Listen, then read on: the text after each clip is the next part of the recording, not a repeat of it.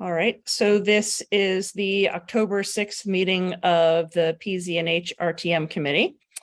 And I sent out the agenda to everyone. I will apologize. I realized I did not send out the minutes from the last meeting. So that's our last item on our agenda that we will not be getting to. But I do want to go ahead and go into executive session first off, so that we can hear from Monica and then she can get back to the other meeting that she's got to attend. Hold on, let me just. Okay, sorry. I just want to make sure. I just got a text that it wasn't anybody trying to get in. Okay, so if we can stop. All right, so we're back. Mike, I cannot start my video either. I don't know if it's only Dan and I or whether it's other people as well. Me too. Yeah. Yeah, I can't start either. It says it's I can't start because the host has stopped it. Yeah. Same thing with me. Same with me. So I haven't. I've never gotten that issue before, and I don't know why it wouldn't affect everybody. It might be something that was done after several people signed on and started their video, and then the rest of the people couldn't. But you know, as long as we're here and we can do that, I don't think we necessarily. Yeah, it's not an issue. Yeah. But so I think because so that we know, because normally everybody's on camera and now more than half of the people are not. So I think it's because we cannot. It's not that we don't want to. Well, that's a refreshing change from last year. If it helps, it happened when I turned mine off. Like I was initially on when I entered the meeting and then turned it off to deal with my kids. And yeah. Mary was on and now she's off. Oh, I'm totally fine with it. Just for future troubleshooting. Don't worry. I'll do some research on Google while we're doing the meeting. Okay. And I guess maybe if we can sort of try to use the raise hand, although I'm not seeing where that is, to sort of when people want to talk, so it'll be a little harder because we can't see when people's mouths are moving. All right, it's on the bottom, Amy. It's reactions, and when you click on that one, there's a raise a hand button. Okay, perfect. In Google, well, you can see me. In Zoom's redesign over the summer, if you have your participants open where you can see all the participants on the right, it blocks the reaction icon. Got it. So you have to close the participants so you just see everyone on the screen, and then the reactions icon will show up at the bottom. I see it. Okay, yeah, I got it now. Okay, perfect. All right, so moving on, the next main thing that we need to discuss is the proposed opt-out of the state regulations regarding accessory apartments, which is Public Act 2129. I sent along to you all a PDF of a memo from Jeremy regarding the reasons for the Planning and Zoning Commission's decision to opt out. I also sent along the resolution from the Planning and Zoning Commission and also the draft resolution that I received today from Wayne Fox, which would be the draft RTM resolution.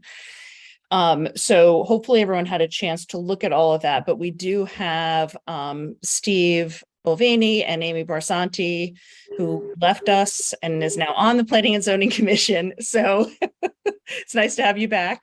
But hopefully, Steve, you can give us a little bit of an update, and obviously Amy jump in as well on sort of what I guess maybe starting with what the state statute is, what the Planning and Zoning Commission considered. And like I said, hopefully everyone had a chance to read everything. So maybe if you can just sort of summarize, but so that we can vote on what our recommendation will be to the RTM. I'll turn it over to you now, Steve. Great, thank you. Hopefully everybody can see me. I'm here in my beautiful office. That's a mess, but that's fine. Thanks for having me back, Amy. And I used to come when Amy was chair, and now Amy's chair. So I'm just here to support Amy. If you guys remember, in 2021, there was a public act that was passed on the state level, enacting a bunch of different zoning laws and changes to the zoning code for the entire state of Connecticut. In some of those zoning codes and requirements, they had opt-out provisions. The opt-out provision was also in the parking, which the concept is if you build a multifamily building and it has less parking, it's less expensive to build and it's more feasible and better for a developer. They also had here in a provision for accessory dwelling units that also has an opt-out provision. And the other item that was in that bill was minimum apartment size, which we did that last year. There's a couple opt-out provisions that or a couple other provisions in the law, for so to speak, that we've already complied with and we've already have in our works. So the latest and the one that we're working on currently now is the opt-out provision for the accessory dwelling units. This has to be passed by the elected bodies for the town of Darien by January 1st, 2023. It's now October 6th, 2022, so we still have time. If you remember, we did the parking regulation that opt-out. I'm going to say, was it probably last summer or last spring? The Planning Zoning Commission wanted to opt out. The Planning, Zoning and Housing Board backed that concept. And then when it went to the floor of the RTM, I think it passed 99-0. So we have been working on this accessory dwelling apartment unit item and concept for a long time. It's probably at least over a year. We also touched on it again when we did the affordable housing plan. It is a part of our affordable housing plan. We recommend it inside the affordable housing plan to have some kind of ADUs. It is something that I personally think, and I think everyone on the Planning and Zoning Commission supports the concept of having accessory dwelling units in town. What the town does not want to do is have accessory dwelling units put on every single property in every single location, every single zoning district in town. We have, our zoning goes from, on the residential side, goes from 1/5 acre zoning, which is effectively 50 by 100 lots, which is, there's really two neighborhoods. One's right by Town Hall and the other one is kind of centered at the corner of Hollow Tree and West Avenue. We also have 30 acre zone, half acre zone, 1 acre zone, and 2 acre zones. My personal belief is that ADUs, which are, they come in all kinds of varieties. It can be, the easy thing, which is an apartment above your garage. It can be a pool house that's next to your pool. It could be the ground floor or basement of your single family house. It could be next to your single family house. Back when I was a kid, I had my dentist and my doctor both had their offices inside their houses. Dr. Godwin's office was in his house. Dr. Kepler's office was in his house. They've converted those offices in certain instances to accessory dwelling units. So to fast forward and go forward, and we'll get to a point in time where you guys can ask me any questions you want relative to ADUs, because they do come in a lot of different shapes and sizes. If you do want to talk about that now, we can change it. But to move the process along, what we did is Dave Keating who was the zoning enforcement officer, retired, I don't know, last year, some point in time. He's now a consultant to town. He wrote a memo to Jeremy Ginsburg, which includes 9 points of why we think the town should opt out of the accessory dwelling units that's drafted by the state. The concept is that we would like to draft our own accessory dwelling unit statute for Darien and keep local control and design it specifically for Darien. And the items on here, I'm going to read them really quick. There was also a PowerPoint discussion that Dave gave to the Planning and Zoning Commission on September 6th. And the real reasons are sanitary sewer limitations was one of the items in there, need to maintain local control. We want to design specific regulations for the town of Darien. Parking is a big issue. Roads and sidewalk is a big issue. he's got on here historic structures. There's a provision there not to allow, something about, you can put them in historic structures, you cannot put them in historic structures. Overcrowding of towns and schools, overcrowding of blocks. And then it also avoids existing some zoning regulations which have to do with things that were granted variances and whatnot. And if there's an existing variance, it could make the variance worse. In our town, whenever someone does come in that has a house that is non-conforming, the first thing that the Planning and Zoning Commission does, and the first thing that the Zoning Board of Appeals does, is to make that house less non-conforming and more conforming, or totally conforming for the most part. So what we're looking for today is the question and answer period from. One thing that I also just want to point out is it also denies the lack of a public hearing as another reason, which I think has been a fabric of Darien's community, is transparency. And when we do things, we have the ability to have the public weigh in. And one of the reasons why, for instance, our affordable housing plan was a little bit later than the requirement was because we thought it was important to hold a public hearing to give the public an opportunity to weigh in on the affordable housing plan that we put forward. And so this, if we don't opt out of this, it totally takes that ability for neighbors to weigh in at a public hearing venue. It's as of right. So to me, I think that's a really big reason. Yeah, I thank you for adding that. That is on Dave's memo, but it's not on Dave's PowerPoint. So Amy's 100% right. I mean, I think some of our public hearings have become famous over the last few years. Some of them have had record attendance and have people jump in out of no place. Now we're back in person, so hopefully the public hearings get crowded inside town hall and whatnot. But it is a very, very important piece of what we do in town. Because I can tell you that from public hearings, a lot of questions and a lot of items are changed. Like somebody says, for argument's sake, there's a smell that comes from that building, or it's I'm worried about the speaker that says the drive-through speaker, it's pointed towards my house, and some of those items, I can miss them. We're all human. People miss them, and a neighbor goes, "It's right next to my house, and there's going to be a speaker. Can we do that?" And we change those things on the fly, and it's really because of the public hearing. So yes, that is a very good point, Amy. Thank you for reminding me of that. So the plan for Darien and going forward, and I think part of the success that we had relative to the parking opt-out is we had already drafted our parking regulation in town. We had public hearings on that before the state zoning control laws changed, and we already knew what our parking is. We have very strict parking in Darien. We lessened them.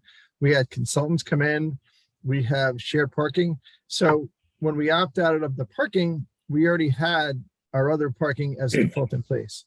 We've been working on the Darien ADU regulation for it's at least a year.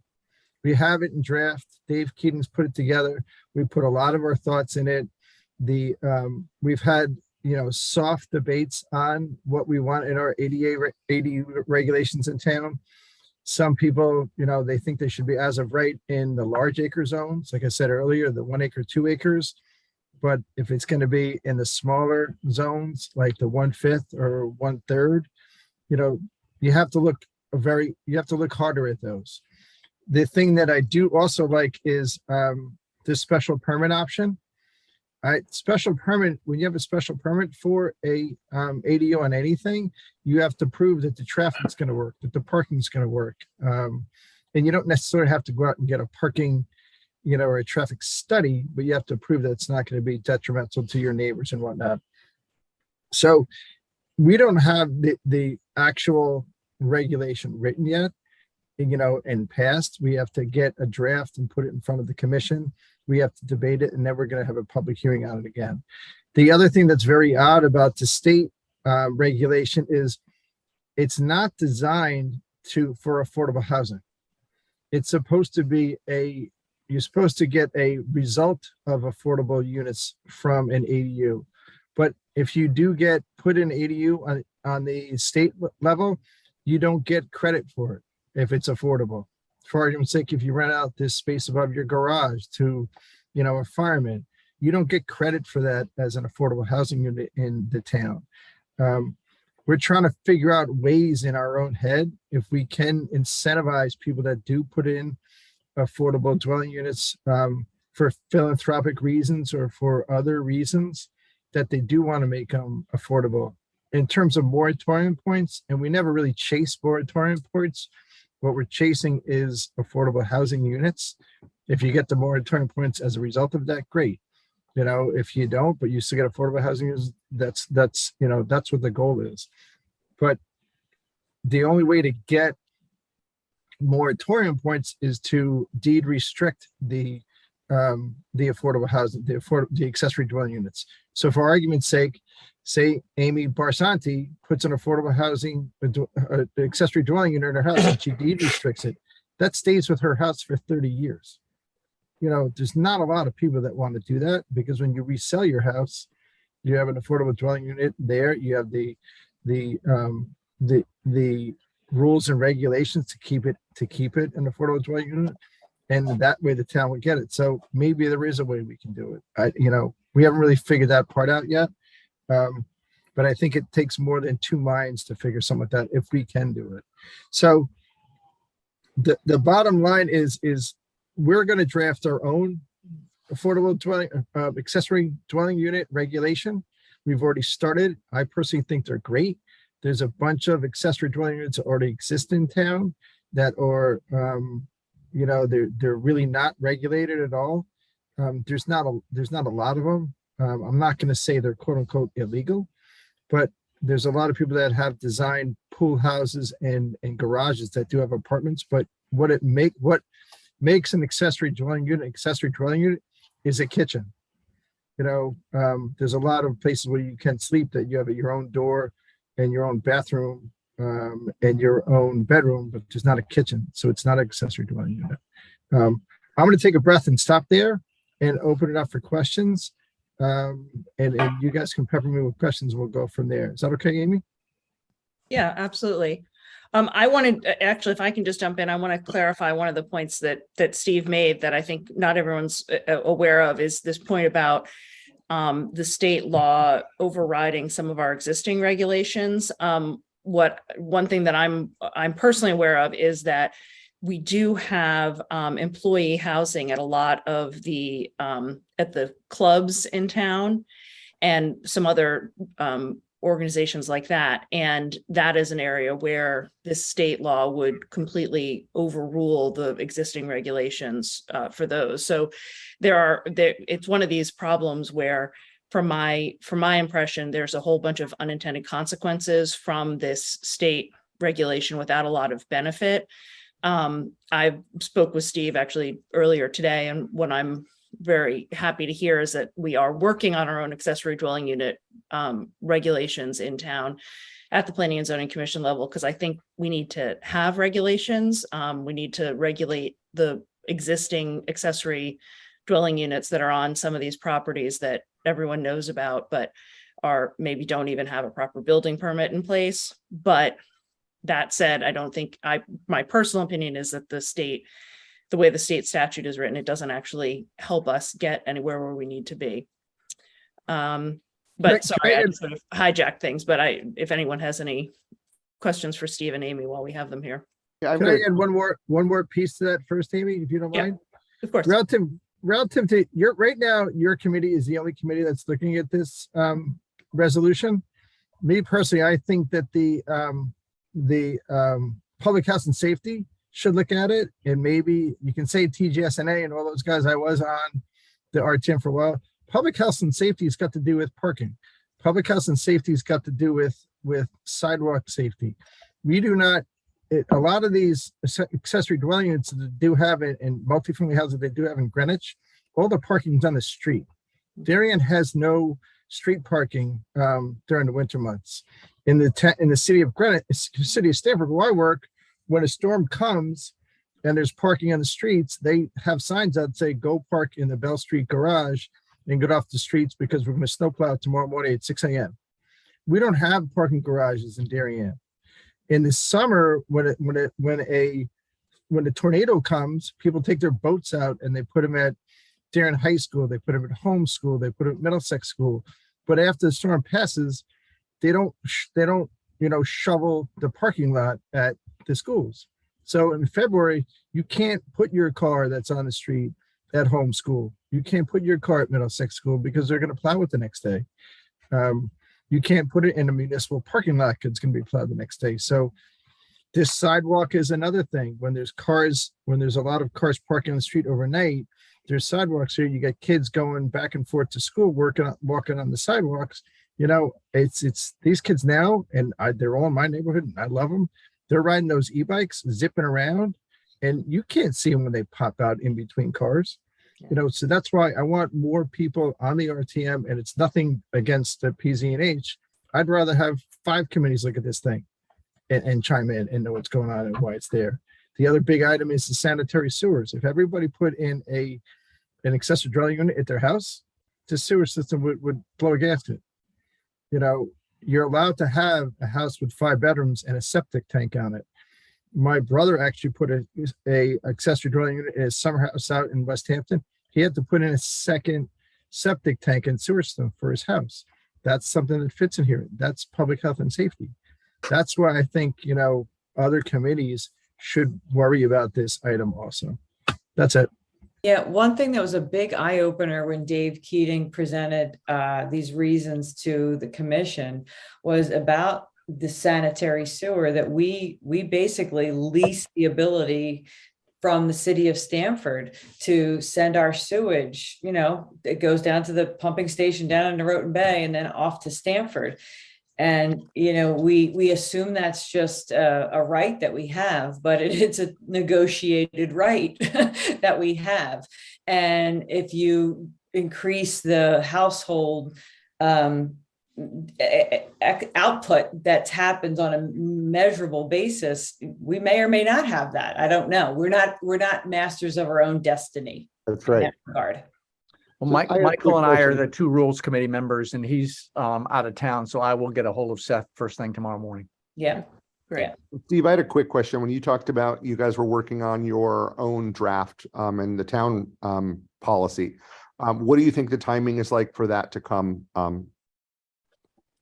don't think we're going to get it done by year end, but I think it's going to be first quarter 2023, because you got to remember, we stopped work basically at Thanksgiving. Yep. So we have 2 months left. So we have stuff we're going to close out, in the month of, we're like, midway through October and November. It goes quiet in December for the holiday season. We come back, heads ablazing in January. That's usually when I do it. So we would be done with it in first quarter 2023. And then Thank there would be a public hearing on the proposed regulations. Thanks, Steve. Thanks. Yep. Any other questions from any members of the committee? Oh, Dan? Do you have a hand up? I do have a hand up. Good. And now I'm lowering it.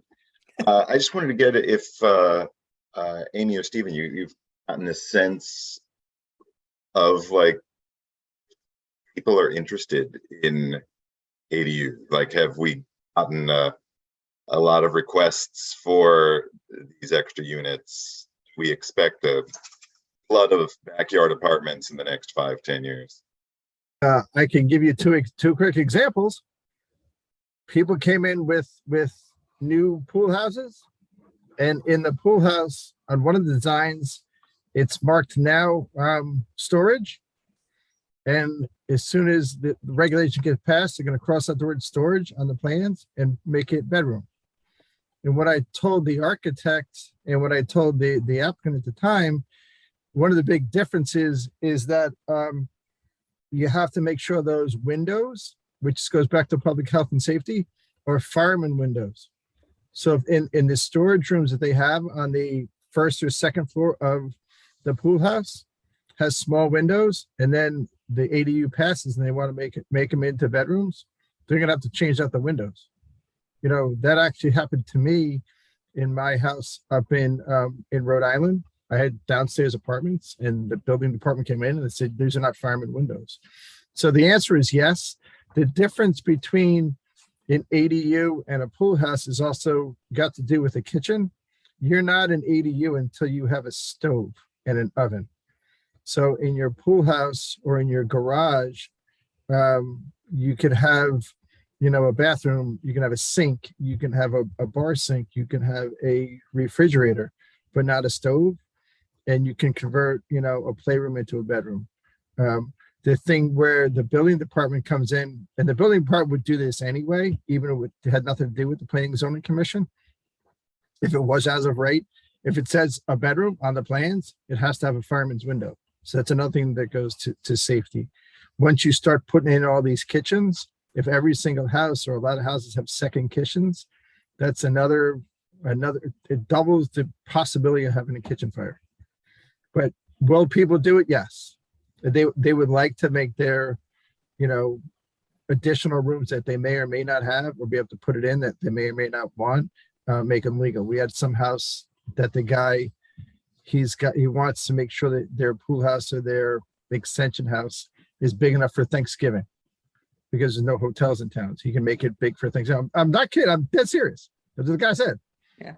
And I said, right now you can't do that. And he goes, well, we can if there's no kitchen in there. And I said, okay. Dan, from a realtor's perspective, the fact that we don't have legal ADU apartments that have kitchens, when you do come across a property that does have one, it's like, wow, it's like you found a needle in a haystack. And when you look at the propensity for the lack of inventory that's in our system right now, in our housing inventory, and people that want to scale down, but they want to maintain a footprint in town. The idea of in a 2-acre zone, you know, somebody creates an accessory dwelling unit for themselves to live in, and then they sell the big house, or they rent out their big house to their children or to relatives or to a well-paying person coming from the city, and it just creates more options. So there is definitely a lack of housing in the current Darien structure for these kind of small housing units. And if I can jump on that a little bit as well. I see it a lot with people that have them in their house already that would like for them to be legal. And so they've either it was there before they bought the house and they didn't realize it wasn't legal, or they've, some people have put, they get their building permits and then they put an illegal stove in so that they can rent it out. There are a lot of those in town that, and this is sort of, I guess I would say my plug as far as the regulations that you're working on is I would like to see sort of an easy, less expensive way for people to try to legalize existing, ADUs that have been around for a while. Just because a lot of times those are in homes that they really rely upon that rental income in order to be able to afford their house, their taxes and their mortgage, et cetera. So I do think they exist now and people are just basically kind of trying to fly under the radar. Yeah. And I would rather have that out front to make sure they're complying to building codes and, they're done in a way that's been, designed for the benefit of the town. This makes sense here. It doesn't make sense there. And that there's enough parking so people can get in and out safely and not be, parking on the roads, et cetera. I think that's why it's good to have the review process, because not every property is appropriate for the accessory dwelling unit, but there are a lot that exist now. And I personally live in a street where accessory dwelling units, have a different setback requirements from main houses. So we have all of our detached garages that are 5 feet from a property line. And then all of a sudden you can make that into a living space for, for you're renting that out and you're 5 feet away from your neighbor's property line. And we want to be able to do this in a thoughtful way. Yeah, that's why the regulation part takes so long. One of the things that also came in the state law, they wanted a lot of the fees that the town charges for special permit. They think they're too egregious. Like our special permit fee in Darien is $450, and that if you have a building permit that comes into P&Z, it's $250 for the permit for the application, then another $450 for the special permit because it takes another level of review. So they said, oh, you're going to get rid of those fees because, Grandma Jones wants to put accessory dwelling and she can't afford it. If that's the case, I'll waive the fees. Town Darien does not need $450. It's, if someone wants to put an accessory dwelling unit in just for rental income because they need it. And I have friends that are like that they're real estate rich, they're cash poor, and their biggest expenses are real estate taxes. And we want those people to stay. So we could waive those fees if we craft it properly inside our own draft. Another quick example, and I think you guys understand where we're coming from. There's a couple of big houses that have garages, and maybe they're snowbirds, and they want a fireman to stay in the garage during the winter when they're down there, or have some caretaker. They don't want them staying in the main house, but they can stay in the accessory dwelling unit that's above the garage next to the house, and they can take care of their property, and they're there. That gives you, it gives people peace of mind. That's why they are a good thing. Don't get me wrong. They're not a good thing. They are a good thing. I mean, I lived when I came back from college at my parents' house. I lived in a house called 56A. I lived in the basement. I had my own door, my own bathroom. I blocked in my father every time when I came home when he was going out to golf at 7 o'clock in the morning. He used to wake me up. But I didn't have a kitchen, but I was a bachelor. I didn't cook. I came home at 10 o'clock at night and I went to work the next morning on the train at 7 o'clock in the morning. But there's a lot. I would love to have one for my daughter, but she just moved out to California. What are you gonna do? I mean, they're a good thing. We just have to figure out how we do it and how it works for Darien. So, all right. Any other questions from anyone? All right. So I think then the next step is for us to, I guess, take a vote on whether we will recommend to the RTM that the full RTM opt out. So did anyone have any further comments on, I guess that's making a motion? No, any Make a second motion. on the motion? I'll second. Okay. So do we want to all vote? We can do a show of hands and then verbal for anyone who doesn't have a computer on. So show of hands for everyone who's on the computer screen. Yes. All right. All right, great. And then Susan? Yes. All right, great. All right, so that's unanimous. And Kirk. Yeah, he popped up. I did, okay. Okay. Oh, that's fun. I gotta figure out how to do that. I just figured that out. All Hey, right. Amy, this is a fun committee. I don't know why you left. I know. You stole her. Well, yeah, that's true too. The hours were better on planning and zoning. Oh, sure. Oh, no. Sure they are. So, all right. Well, thank you very much. I really appreciate the support. Thank you for everybody. All right, thank you. And we'll Hey, everyone. definitely pass along, to the other committees that might be a good idea for them to take a look at this and report to the RTM, assuming they have some time before I All right. vote. And if you need anything between now and the RTM meeting, please reach out. Thank When you. is the RTM meeting? Do you know when the RTM meeting is? The Monday. I think it's next week. Yeah, it is. Should be 2 weeks, 10 days, almost 2 17. weeks from now. 17th. 17th. All Yep. right, great. 17th. All And right. we're gonna check. I'm gonna check out then Amy's appetite. Is that okay? Yep, absolutely. Thanks, guys. Bye. Thank you very much. Appreciate Thanks everybody's you help. all. So long. Bye-bye. All right.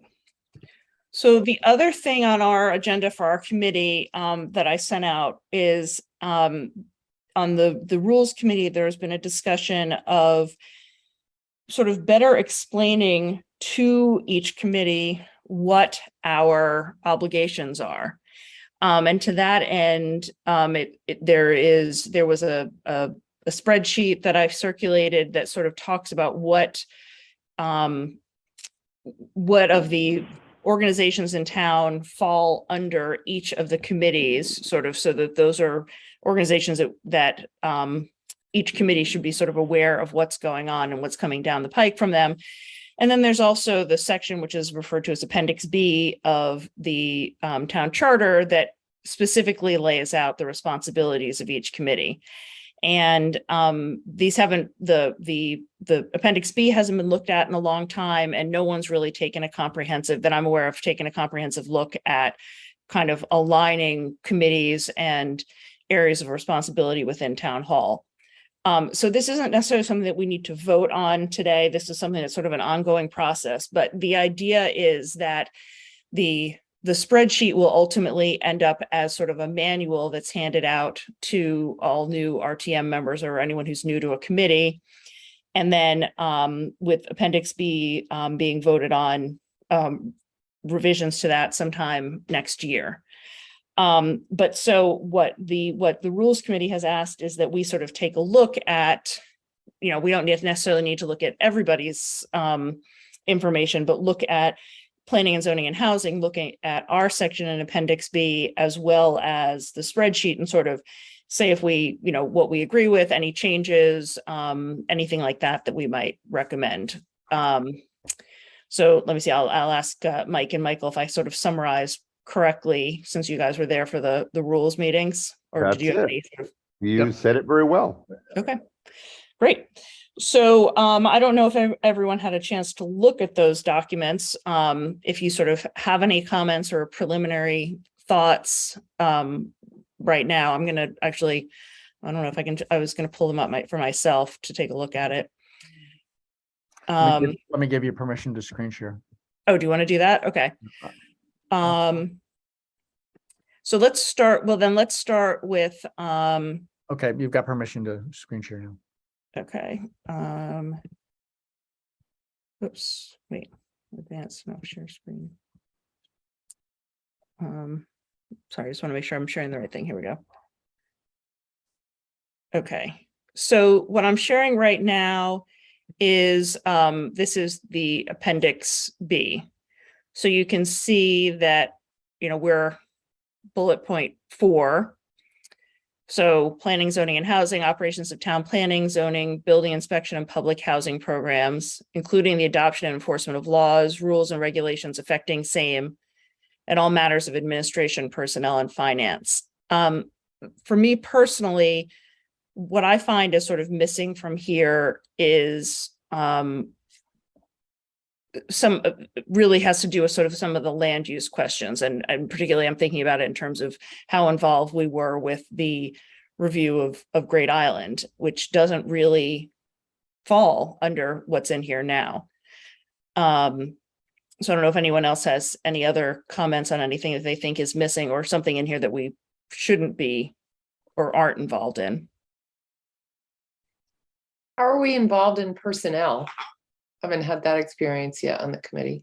But that was the design of the to review the budgets of Jeremy's department. Okay. Although I think to that point though, we aren't really. I mean, I would say maybe we do need to just sort of say, and the budget of those departments, because we aren't.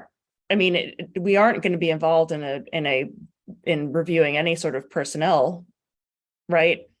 If somebody had a problem with an individual within the planning and zoning department, that would never end up coming to us. Yeah, I agree. I think in the context they thought it is in terms of the budget and what the head count is, but I see your point. Yeah, do we have anything to say about whoever's in charge, like a Jeremy Ginsburg, if he leaves or hiring a new person? Not No. in terms of the individual hiring and interviewing or anything like that.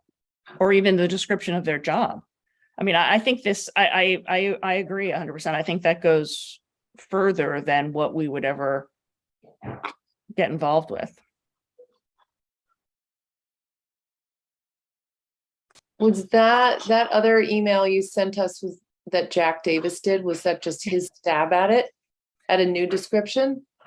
I don't, well, yeah, so that was his stab. Sorry, are you seeing that email now? I think, Yeah. are you guys seeing that, or did Yeah. it change that? Okay, It was Yeah. that, this, what you just showed was, Frank Kemp's rewrite. TGSNA's rewrite. this is the email from Jack Davis. Yeah. Right, so that's, yeah, so I guess that's his, yeah, so I think that's a little better than what is in there currently. Are we involved with parking, or would parking fall under building control or land use management? Well, it depends on what you mean by that. I mean, if, to the extent that, so to the extent we're talking about sort of municipal parking, no. To the extent we're talking about parking in connection with what zoning's looking at, for example, what we just discussed with Steve and Amy and this opt-out, yes. One of the purposes of this was to make RTM members as a whole more informed about what was going on in town, so that in any of the areas that were assigned to a committee, if something bubbled up in that area, that committee would then come to the rules committee and say, we have an issue that we want to update the RTM on. Where it's, so in Public Works, for instance, everyone has an assignment, but if something bubbles up that the RTM needs to know about, it would then come through that committee. And one of the areas that we looked at last year that's not really on this, that we don't have any direct control over, is what is going on in Hartford in terms of planning and zoning, where P&Z has at least 2 members monitoring what happens in Hartford to keep them informed in what's going on. And, I think we have a similar need to understand the bills that are going to be going through the legislature concerning planning and zoning. That I think that's an issue that is going to stay on the front burner in Hartford for some period to come. Right, I agree with that. We just have to make sure that that all sides of the position, if we have somebody brief us, we get briefed by people from all sides of the issue. Right. Let me ask you a question. You raised an interesting point about us sort of bringing to rules when there's something that needs to be brought to the RTM's attention, because, and again, this is me sort of showing my ignorance because I'm newer than a lot of you guys, but because it seems to me that everything's sort of come the other direction, that rules has, for example, this, while we were aware of the ADU and paying attention to what was going on and communicated about it via email, it wasn't until rules assigned us to vote on it that we had this vote today. As an example, I know that the Blight Review Committee voted that they do want to add commercial properties, but then rather than coming to us, they went to the first selectman, the Board of Selectmen, to talk about changing the regulations. Yeah, because technically they report to the first selectman. Correct. But, well, Michael, you are on the Blight Committee, so you. Yep. That would be it. I mean, they report to the selectmen. So that would be the difference there, I would think. But if there's going to be a change to it, to the blight ordinance, then that would go through rules, would get assigned, my guess, to TGSNA and PZNH. Mhm. Yeah, because TGSNA wrote the ordinance. Yep. So then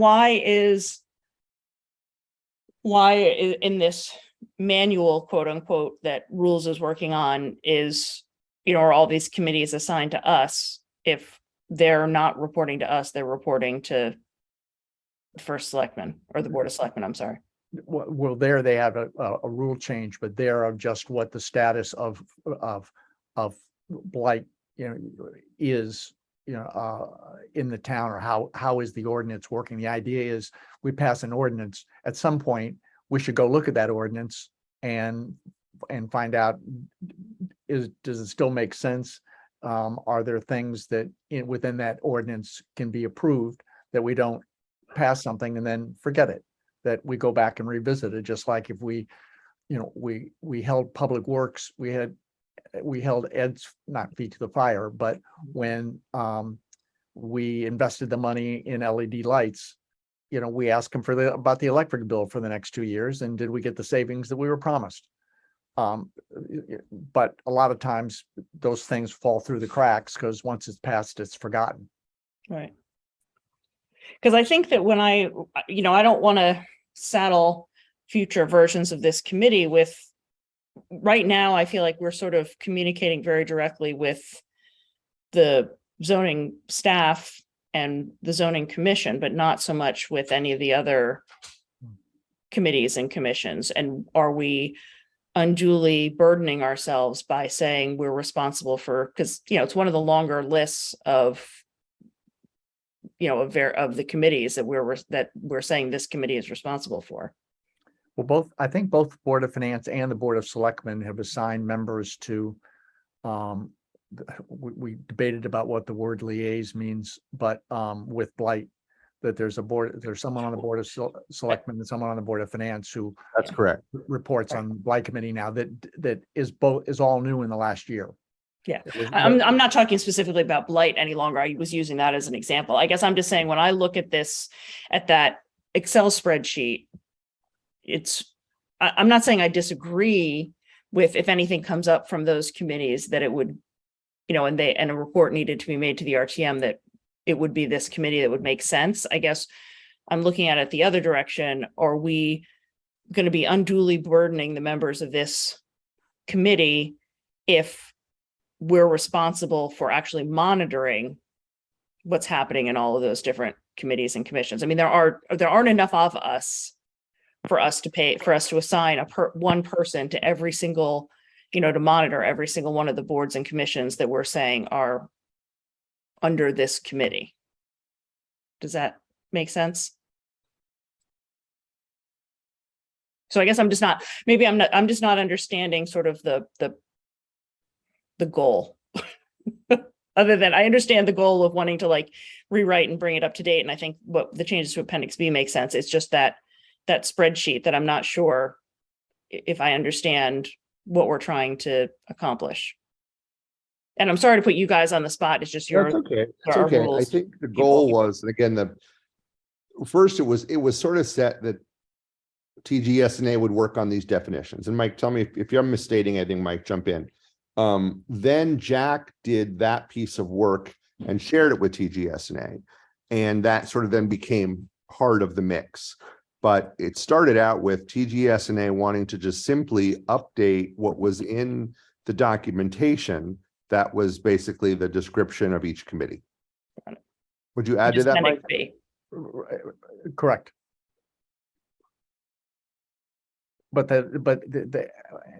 So for instance, Public Works was a model where everyone on Public Works, I was on Public Works for, I don't know how many terms, but I had responsibility for the transfer station 1 year, and I can't remember what it was for the other, but it was, once every 6 months, talking to Ed Gentile about, what are the issues and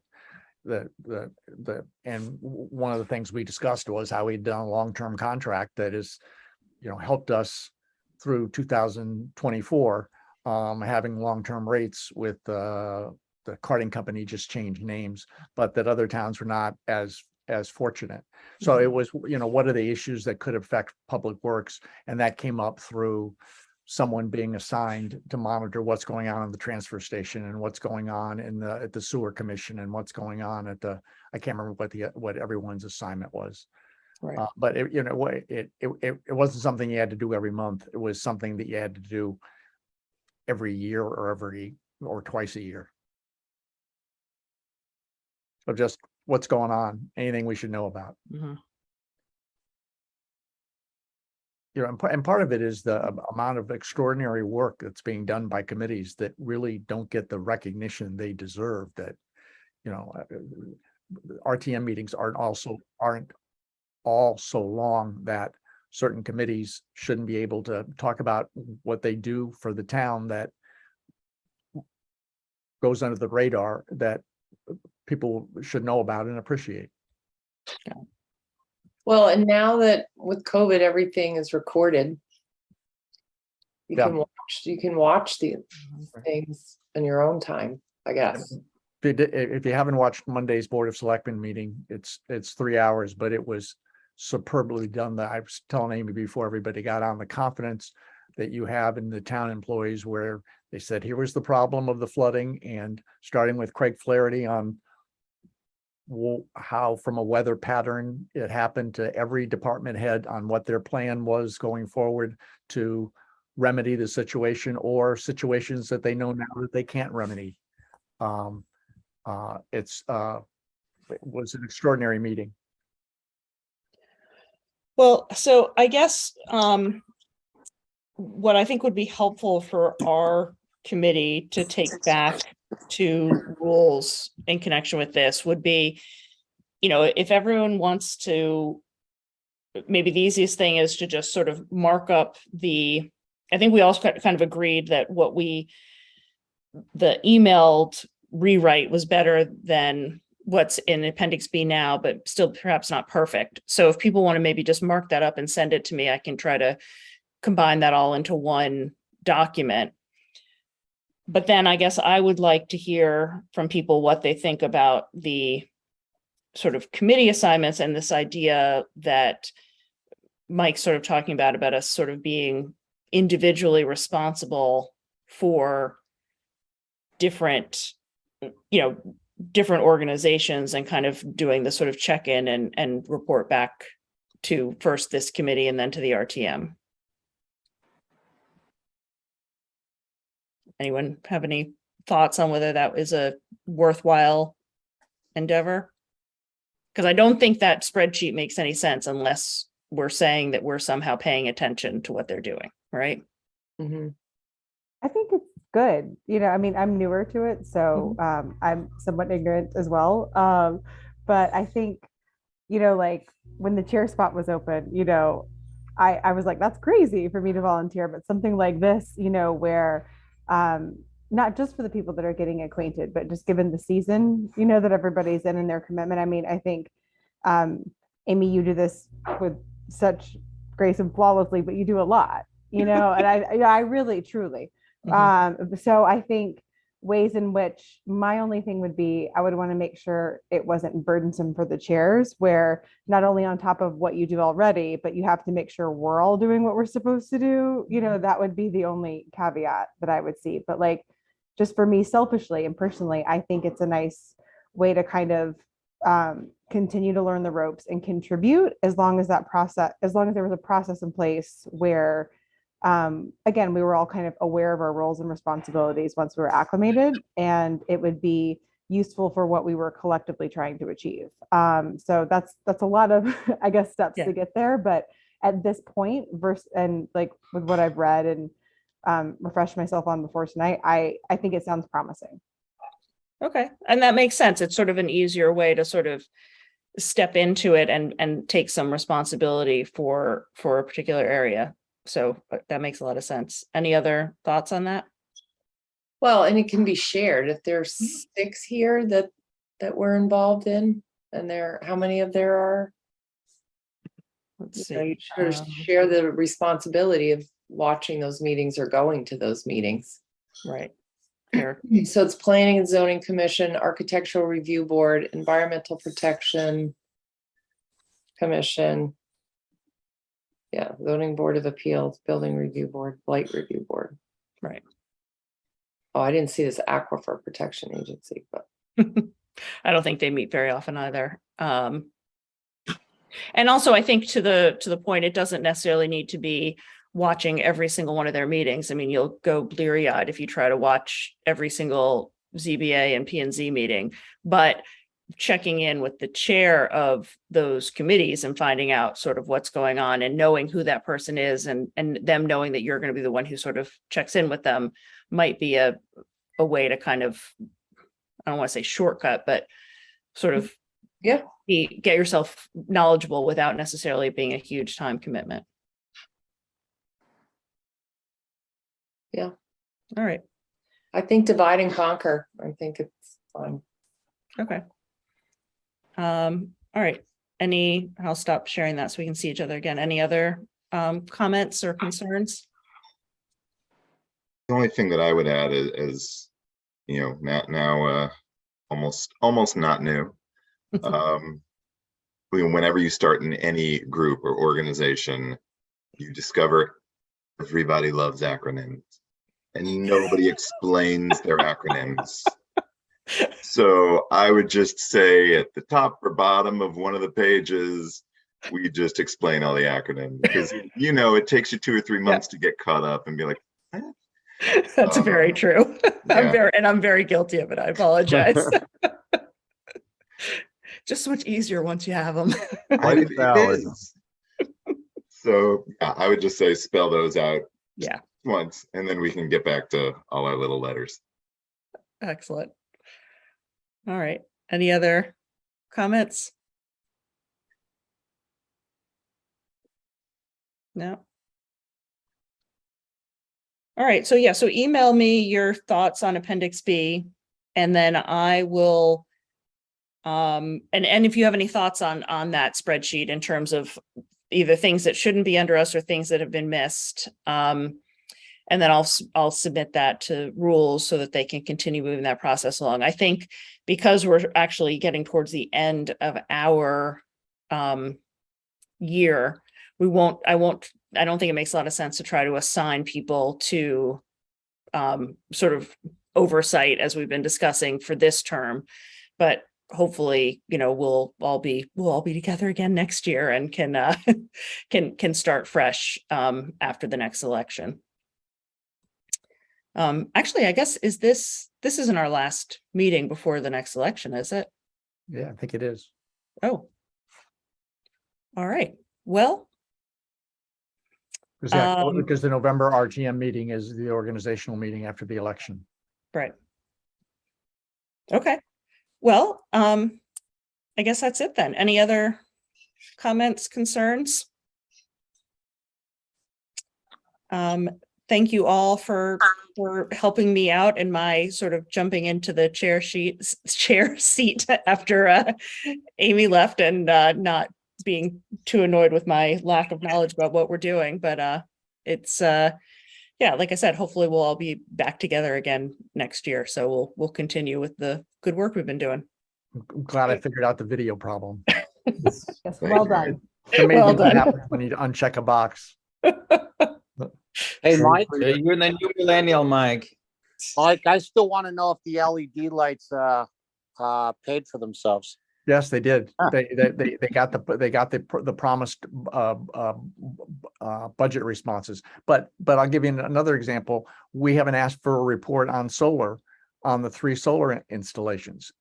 Are we getting the promised return that we said we were going to get?